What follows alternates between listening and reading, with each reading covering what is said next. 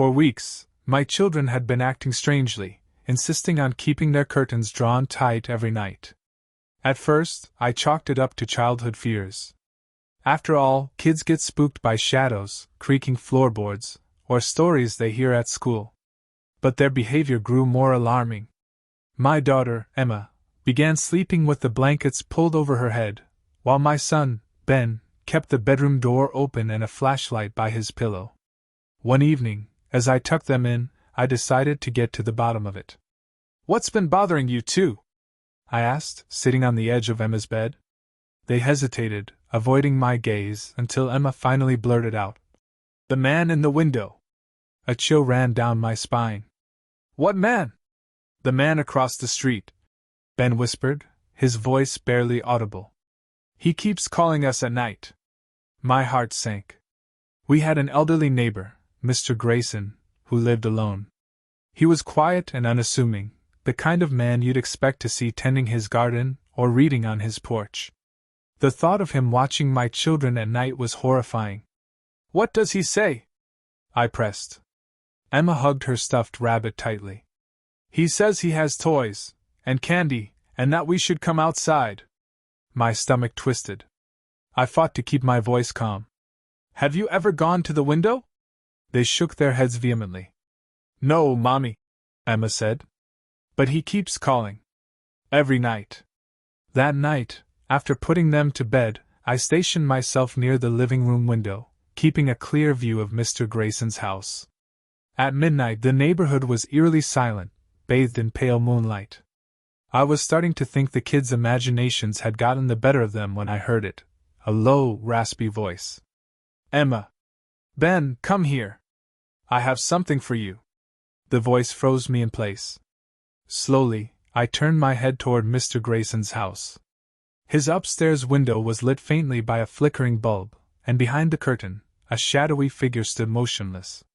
The voice called again, clear and insistent.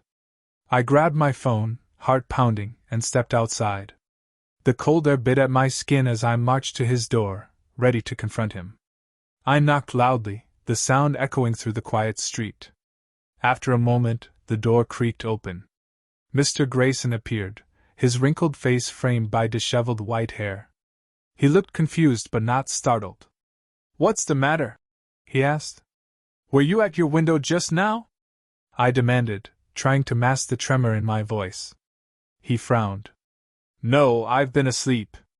"Why?" "My kids. They've been saying you call to them at night. I heard it myself just now." His expression shifted to one of genuine concern. "I don't know what you're talking about," he said quietly. "I live alone. I barely even leave the house anymore." I didn't believe him, but his tone was so earnest that I felt a sliver of doubt. He nodded toward his darkened house. "Feel free to look around if it'll put your mind at ease." I declined and returned home unsettled. The following night, I decided to stay up again, this time with a camera ready to catch proof. As midnight approached, I settled by the window, my gaze fixed on Mr. Grayson's house. The flickering light returned, followed by the shadow at the window. And then the voice. "Emma! Ben, come outside!" I raised my phone to record but froze when I noticed something strange. The shadow in the window didn't move naturally, it jerked and twisted like a puppet on strings. My breath caught as I realized the voice wasn't coming from the house. It was closer, much closer. Slowly, I turned toward the hallway leading to my children's room. "Emma! Ben!" The voice was unmistakably coming from their bedroom. I bolted upstairs, flinging the door open. The room was dark, save for the faint glow of their nightlight. Both kids were asleep, undisturbed. My heart raced as I scanned the room, finding nothing out of place. For the next few nights, I couldn't sleep. I kept hearing the voice, always calling for my children, and always seeming to shift its location. I didn't know what to do. I couldn't report it. What would I even say? That my kids were being harassed by a disembodied voice? Then, a note appeared on our porch. It was written on a torn piece of notebook paper in shaky handwriting. "Whatever you're hearing, it isn't me. Be careful." It wasn't signed, but I recognized the handwriting. It was Mr. Grayson's. I stormed over to his house the next morning, but his blinds were drawn, and no one answered the door. His car was gone, and I later found out from another neighbor that he'd moved out overnight. Relief washed over me, thinking that maybe this would be the end of it.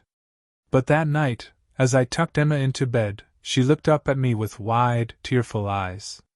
"He was here again," she whispered. I froze. "Who?" "The man," she said, clutching her rabbit. "He was in our room. He said he'd be back for us." I didn't sleep that night, sitting guard outside their door with a baseball bat in hand. Hours passed in tense silence, but nothing happened. The next day, I decided to install cameras around the house, especially in the kids' room. I needed answers, whether this was some sick prank or something more sinister. That night, I stayed up watching the live feed from my phone. At 3 a.m., the feed glitched, static filling the screen for a moment before returning to normal. I squinted at the screen, my heart pounding as I saw it. A tall, shadowy figure stood at the foot of Emma's bed. It didn't move but loomed over her, its head cocked unnaturally to the side. I bolted up the stairs, flinging the door open, but the room was empty. The kids were still asleep, undisturbed. I checked the camera feed again, rewinding it, but the footage was blank. There was no static, no figure, nothing. The voice hasn't returned since that night, but neither has our peace. Emma and Ben refused to sleep in their room, and I can't blame them. Every creak, every shadow feels like a threat. I've started to question my own sanity. Was it all real, or did my mind twist innocent sounds and images into something horrifying? I don't know. But sometimes, late at night, I swear I can still hear it. Emma. Ben.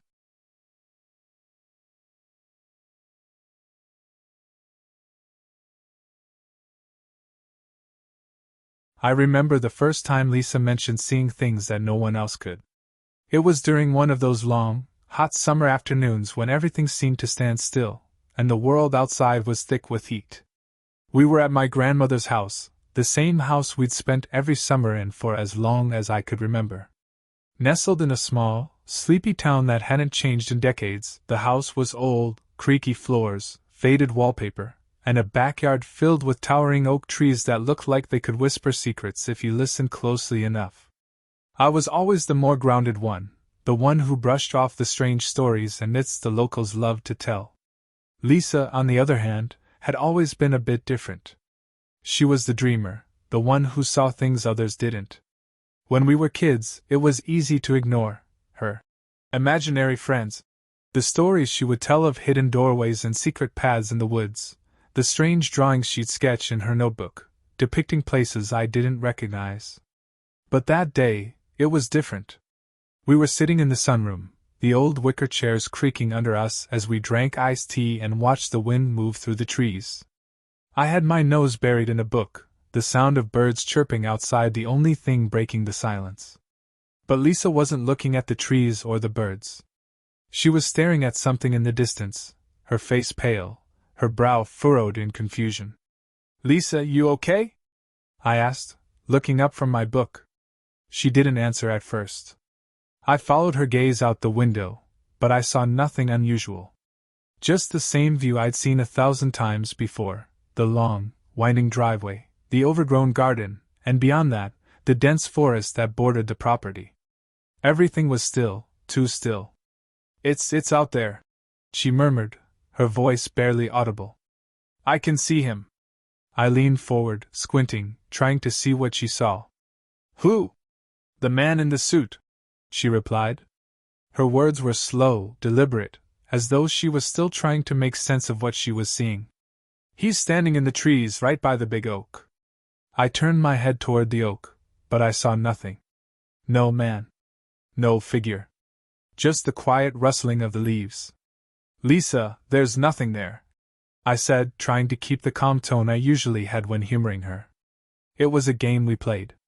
She'd tell me about the things she saw, and I'd reassure her they weren't real.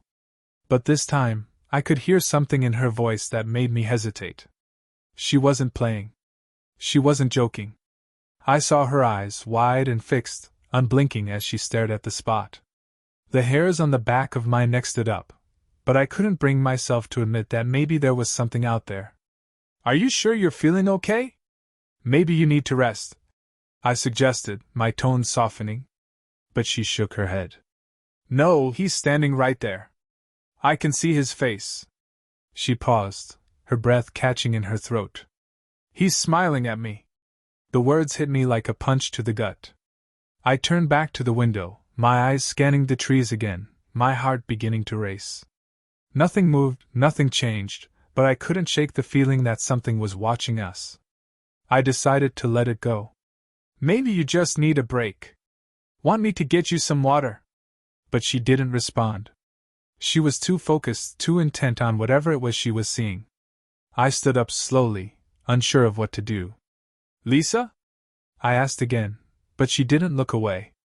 I followed her gaze, my eyes scanning the trees one more time, but I saw nothing but the gentle sway of branches in the wind. I left her there, feeling a chill creep over me as I stepped out of the room. I didn't want to admit it, but something about the way she was acting unsettled me. It wasn't just her usual, imaginary world, it felt different, real in a way that made my skin crawl. I didn't want to believe it, but I couldn't ignore the tension that filled the room as I walked away. That night things got worse. After dinner, Lisa seemed off. Her usual energy, the spark in her eyes, was gone, replaced by a deep, unsettling silence. We sat in the living room with the rest of the family, watching TV, but Lisa barely moved. I watched her out of the corner of my eye, my anxiety building as I saw her twitching and shifting in her seat, looking around nervously. "Lisa, what's wrong?" I asked, my voice laced with concern.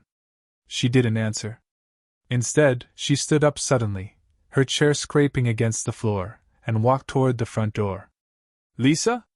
Where are you going?" I called after her. She didn't respond. I followed her, my heart pounding in my chest. She was standing at the front door, staring out the glass window with the same vacant expression she'd had earlier. "He's here," she whispered. "He's standing right behind you." I froze. My mind screamed at me to turn around, to run, but I couldn't. I stood there, staring at her, my voice thick in my throat. "What do you mean, behind me?" I asked, struggling to keep my voice steady. But Lisa didn't turn to face me. She just stood there, her body stiff, her eyes wide. For a moment, I wondered if I was losing my mind, too. What was going on with her? Was she playing some sort of prank, or was she truly seeing something that wasn't there? And then it happened. A faint knock at the door. My heart stopped.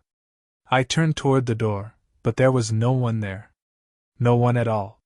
The porch light illuminated the empty space outside, the shadows stretching long and eerie. I opened the door, my pulse racing, but the yard was empty. No figures, no shapes, no man in the suit. I closed the door quickly, locking it behind me, my hands trembling. Lisa was still standing there, her body rigid, her eyes fixed on something only she could see. I walked slowly toward her, my stomach churning. I wanted to say something, tell her that it was nothing, that she was imagining things, but deep down, I knew. I knew that what she was seeing was real. "Lisa, what do you see?" I asked, my voice barely more than a whisper. She turned to me slowly, her face pale, her lips trembling. "He's here," she said, her voice low and eerie. "He's right behind you." I spun around. Nothing. No one. Just the empty hallway and the flickering light above us. But I felt it. The air in the room grew colder. The hairs on the back of my neck stood up again, and this time, I wasn't imagining it. There was something there. I could feel it. I took a step back, my heart pounding in my chest. Suddenly, Lisa's voice broke the silence. "He's inside now." I didn't know what to do. My mind raced, trying to make sense of what was happening. Was it real? Or was this just some sick joke? But when I looked into Lisa's eyes, I saw something that stopped me dead in my tracks, sheer, unfiltered terror. I reached for her arm, trying to pull her away from the door, but she jerked away from me, her face twisted in fear. Then, the shadow moved. At first, I thought it was just my imagination, something in the corner of my vision, shifting in the dim light. But then, I saw it clearly. A figure, dark and twisted, standing just outside the door. It was tall, impossibly tall, its face obscured by a shadow, its outline sharp and unnatural. It was wearing an old, tattered suit, its arms hanging limp at its sides. Lisa screamed. I slammed the door shut, but it was too late. I could hear it, the soft, almost imperceptible tap of footsteps on the wood floor, moving closer. Something, or someone, was inside with us. Something that was not human. I didn't look back. I ran, and I never stopped running.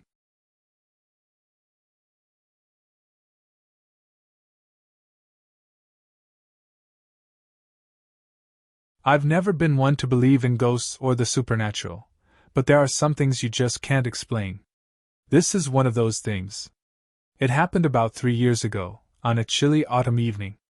I had just wrapped up another long shift at the warehouse where I worked and was heading home. The route I took was quiet, an old country road that wound through dense woods. I had driven down this road hundreds of times before, yet that night was different.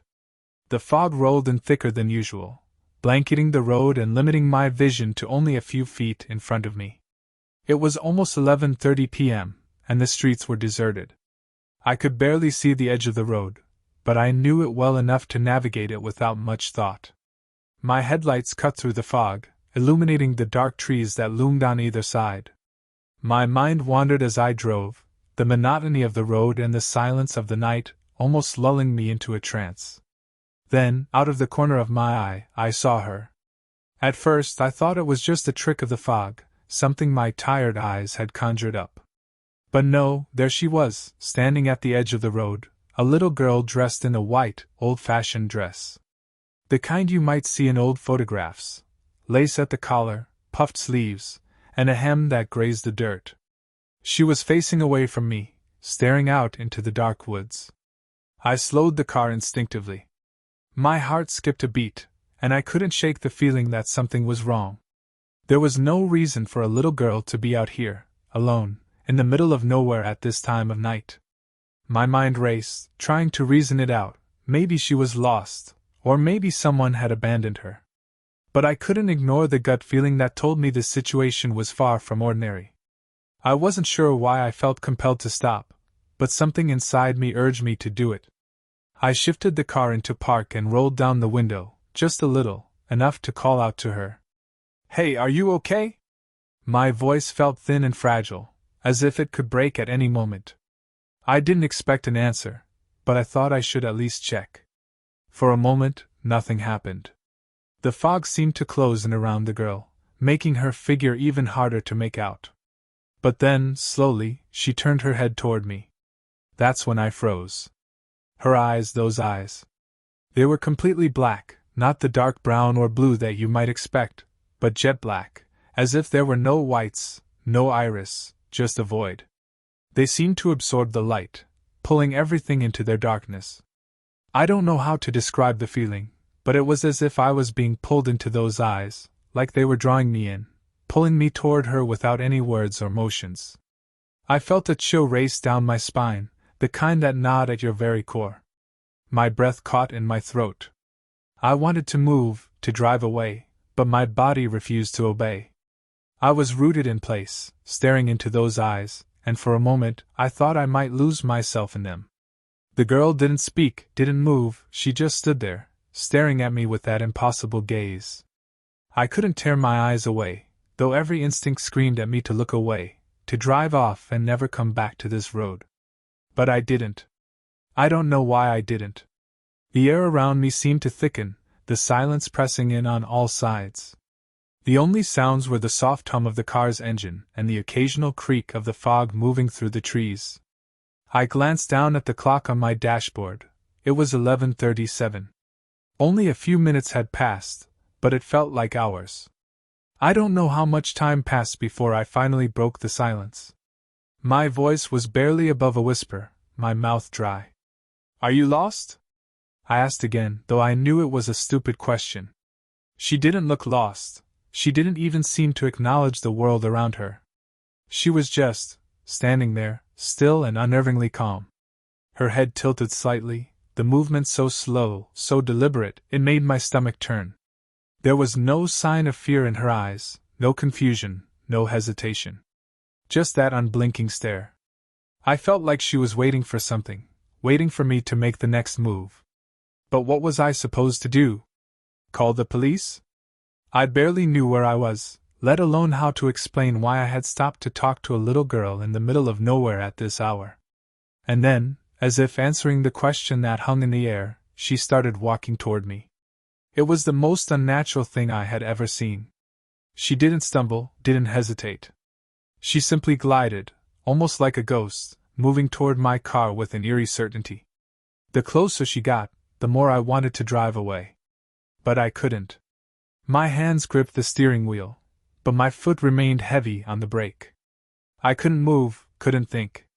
It was like time had stopped, and I was trapped in this moment, in this strange, terrifying encounter. She stopped just outside my window, standing still and silent, her black eyes locked onto mine. She was so close now that I could see the fine details of her face, the pale skin, the slight flush on her cheeks, the dark hair that hung in limp strands around her face. I could even see the dirt on her dress, as though she had been lying in the ground. And then, just as quickly as she had appeared, she turned and walked into the fog. I don't know why I didn't follow her, why I didn't get out of the car and look for her, but in that moment, I felt an overwhelming need to leave. I didn't even wait to see if she was still there. I hit the gas and sped off, my heart hammering in my chest. I drove home without stopping, hardly able to see through the fog that had now blanketed the entire road.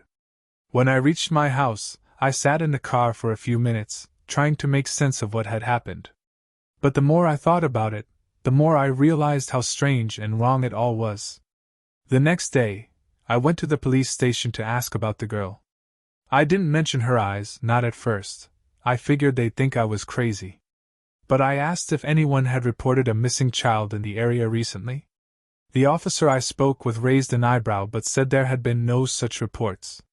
There had been some strange occurrences in the area, he admitted, but nothing that seemed to fit my description. I never saw that girl again.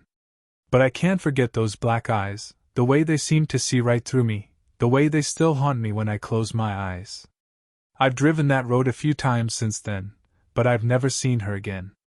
And I don't think I ever want to. The memory of that night lingers, the fear still fresh in my mind. Something about her, about that encounter, wasn't right. She wasn't just a lost little girl. No, there was something else. Something darker. And I still don't know if it was real, or if I was just unlucky enough to cross paths with something that should never have been. If you ever find yourself driving down a quiet road late at night, with the fog rolling in thick, and you see a little girl standing at the edge of the woods, don't stop. Just keep driving. Because you never know what might be waiting for you.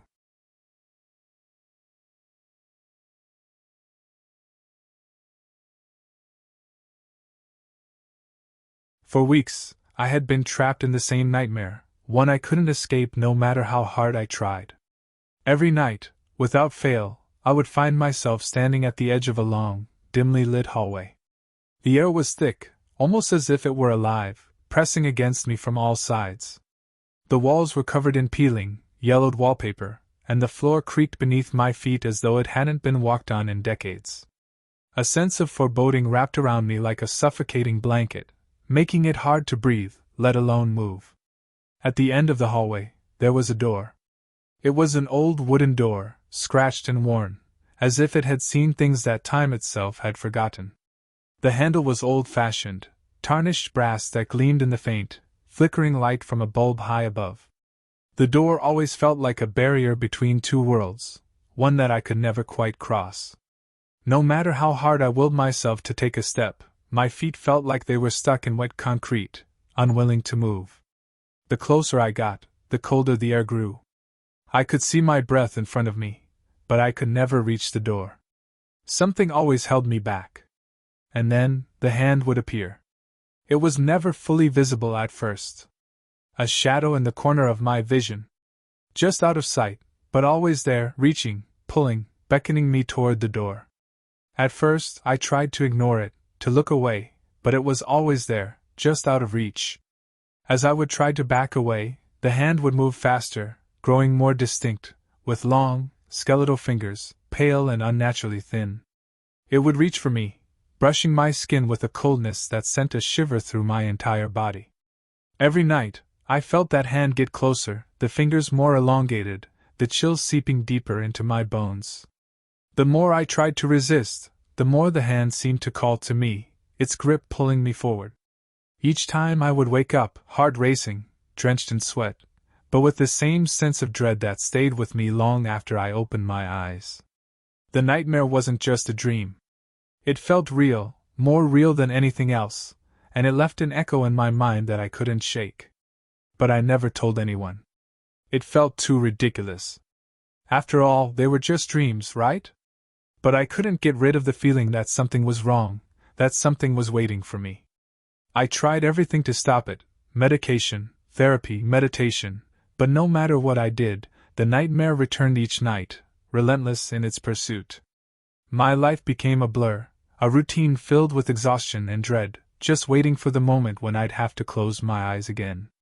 The terror of sleep grew more intense, until I started avoiding it altogether. Then, one night, something changed. It was like the nightmare shifted, evolving into something new, something far worse. I had been awake for almost 48 hours, having stayed up late working on a project I could barely focus on. My mind was foggy, my body aching from the lack of rest. The idea of sleep seemed unbearable, but as my eyes grew heavy, I couldn't fight it anymore. I fell into a deep, restless slumber, hoping that maybe, just maybe, the nightmare would finally leave me. It didn't. When I found myself standing at the end of that same hallway again, I knew something was different. The air was even thicker now, more suffocating, as if the walls were closing in around me. The door was there, waiting, its tarnished brass handle gleaming like a promise. But this time, I could see something new. The hand wasn't just a shadow anymore, it was closer, almost tangible, and its fingers were now long and spindly, unnaturally white, like bone, its nails clawing at the air, reaching for me. The sensation of cold was unbearable, like ice sinking into my skin. It was no longer just an eerie presence, it was real. I couldn't move. I was frozen, unable to do anything but watch as the hand inched closer, the pale fingers brushing against my arm. The cold shot up my spine like a shock of electricity. A sharp pain radiated from where the hand touched me. I screamed, but my voice was swallowed up by the oppressive silence of the hallway. The hand didn't stop, it only tightened its grip, and I felt an overwhelming heat surge through my body, as if the cold and heat were warring inside of me. It was unbearable. The last thing I remember before I woke up was hearing a voice, low and raspy, whispering my name, though it didn't sound like any voice I recognized. It felt foreign, hollow, like a whisper from the grave. The chill lingered even after I opened my eyes, the sense of heat still burning my skin. I sat up in my bed, gasping for air. It was morning, but the room felt cold, far colder than it should have been. I looked down at my arm. There were burn marks, bright red and angry, where the hand had touched me in the dream. My heart skipped a beat. How could that be? It was just a dream. Right. But the marks were there. They weren't fading. I rushed to the bathroom, trying to make sense of what I was seeing. I turned on the lights, but the burn marks didn't disappear. My reflection in the mirror seemed off, blurred, distorted, like I was seeing through someone else's eyes. A cold sweat broke out on my skin. Something was wrong. The nightmare had crossed into reality. I tried to ignore it.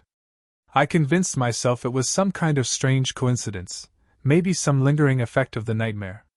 But it didn't stop. The next few days were a blur of confusion and fear. I couldn't shake the feeling that something was coming. Something from the nightmare. Then, one evening, as I was leaving work, I ran into a coworker I barely knew. His name was Frank, and he was the quiet type, always kept to himself. As we exchanged pleasantries, he He stopped mid-sentence and looked at me with an odd expression on his face.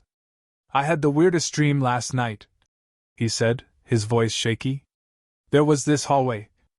I couldn't get away from it. And there was a door at the end, and I could hear something, like someone calling my name.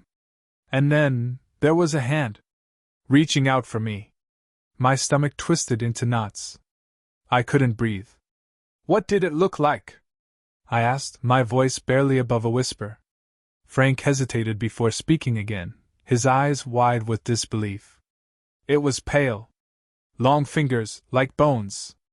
I couldn't escape. And the closer it got, the more the air felt like it was suffocating me. Like it was trying to pull me through the door. A chill ran down my spine. I couldn't speak. I couldn't process what I had just heard. This wasn't just a coincidence. This wasn't a shared nightmare. Frank didn't know about mine, and yet his dream mirrored it perfectly. I had to know more. I've had that same nightmare, I whispered, my voice trembling.